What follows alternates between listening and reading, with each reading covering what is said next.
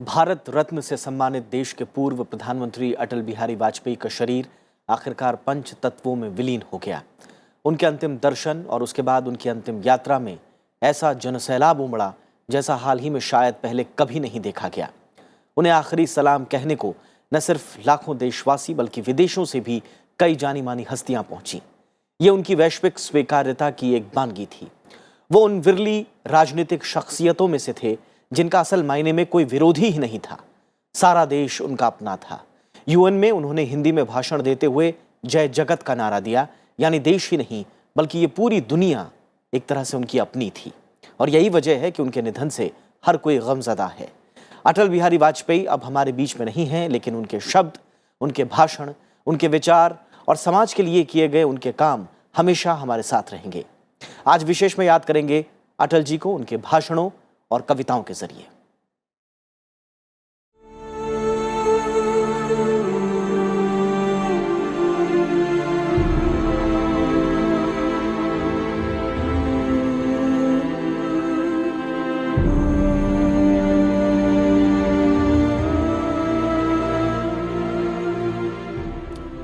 अटल बिहारी वाजपेयी के व्यक्तित्व का जादू उनके भाषणों से झलकता था। उनके भाषणों को सुनने हर कोई, चाहे आम आदमी हो या संसद के बड़े से बड़े सूरमा हो, हर कोई इंतजार में रहता कि कब अटल जी बोलेंगे। रुक रुक कर, सोच समझ कर, एक शब्द से दूसरे शब्द के बीच कहीं खोकर फिर वापस आकर ऐसा कुछ कह जाना कि हर कोई दंग रह जाए। ये कला वाजपेयी के अलावा किसी के पास नहीं थी। 1977 में मोरारजी देसाई सरकार में उन्हें विदेश मंत्री यूं ही नहीं बनाया गया, और जब बारी आई संयुक्त राष्ट्र में भारत की ओर से प्रतिनिधित्व की, तो वाजपेयी जी ने पहली बार हिंदी में भाषण देकर पूरी दुनिया के सामने भारत का न सिर्फ मान बढ़ाया बल्कि सबको मंत्रमुग्ध कर दिया। आइए सुनते हैं उनका ये भाषण।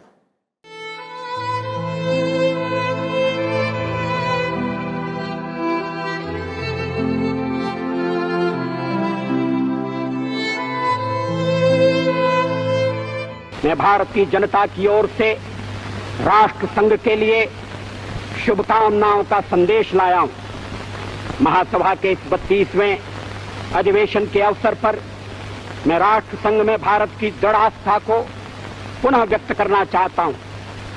जनता सरकार को शासन की बागडोर संभाले केवल 6 मास हुए, फिर भी इतने अल्प समय में हमारी उपलब्धियां उल्लेखनीय हैं।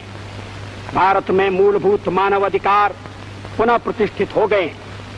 जिस भय और आतंक के वातावरण ने हमारे लोगों को घेर लिया था, वह दूर हो गया है। ऐसे संवैधानिक कदम उठाए जा रहे हैं जिनसे यह सुनिश्चित हो जाए कि लोकतंत्र और बुनियादी आजादी का अब फिर कभी हनन नहीं होगा। अध्यक्ष महोदय, वसुधैव कुटुंबकम की परिकल्पना बहुत पुरानी है।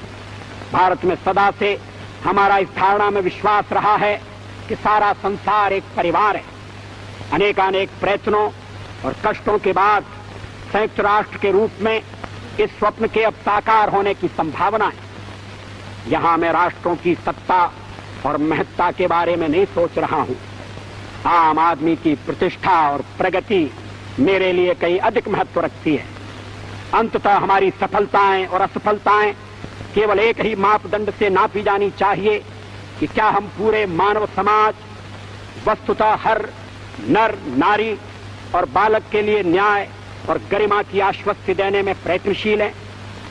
अफ्रीका में चुनौती स्पष्ट है। प्रश्न यह है कि किसी जनता को स्वतंत्रता और सम्मान के साथ रहने का अनपरणीय अधिकार है, या रंगभेद में विश्वास रखने वाला अल्पमत किसी विशाल बहुमत पर हमेशा न्याय और दमन करता रहेगा। निस्संदेह रंगभेद के सभी रूपों का जड़ से उन्मूलन होना चाहिए। हाल में इजराइल ने वेस्ट बैंक और गाजा में नई बस्तियां बसाकर अधिकृत क्षेत्रों में जनसंख्या परिवर्तन करने का जो प्रयत्न किया है, संयुक्त राष्ट्र को उसे पूरी तरह स्वीकार और रद्द कर देना चाहिए। यदि इन समस्याओं का संतोषजनक और शीघ्र ही समाधान नहीं होता तो इसके दुष्परिणाम इस क्षेत्र के बाहर भी फैल सकते हैं। यह अति आवश्यक है कि जिनेवा सम्मेलन का शीघ्र ही पुनः आयोजन किया जाए और उसमें पीएलओ को प्रतिनिधित्व दिया जाए। अध्यक्ष महोदय, भारत सब देशों से मैत्री चाहता है और किसी पर प्रभुत्व स्थापित करना नहीं चाहता। भारत न तो आणविक शस्त्र शक्ति है और न बनना ही चाहता है। नई सरकार ने अपने असंदिग्ध शब्दों में इस बात की पुनर्घोषणा की है। हमारी कार्यसूची का एक सर्वस्पर्शी विषय जो आगामी अनेक वर्षों और दशकों में बना रहेगा वह है मानव का भविष्य। मैं भारत की ओर से इस महासभा को आश्वासन देना चाहता हूं कि हम एक विश्व के आदर्शों की प्राप्ति और मानव के कल्याण तथा उसके गौरव के लिए त्याग और बलिदान की बेला में कभी पीछे नहीं रहेंगे। जय जगत। धन्यवाद।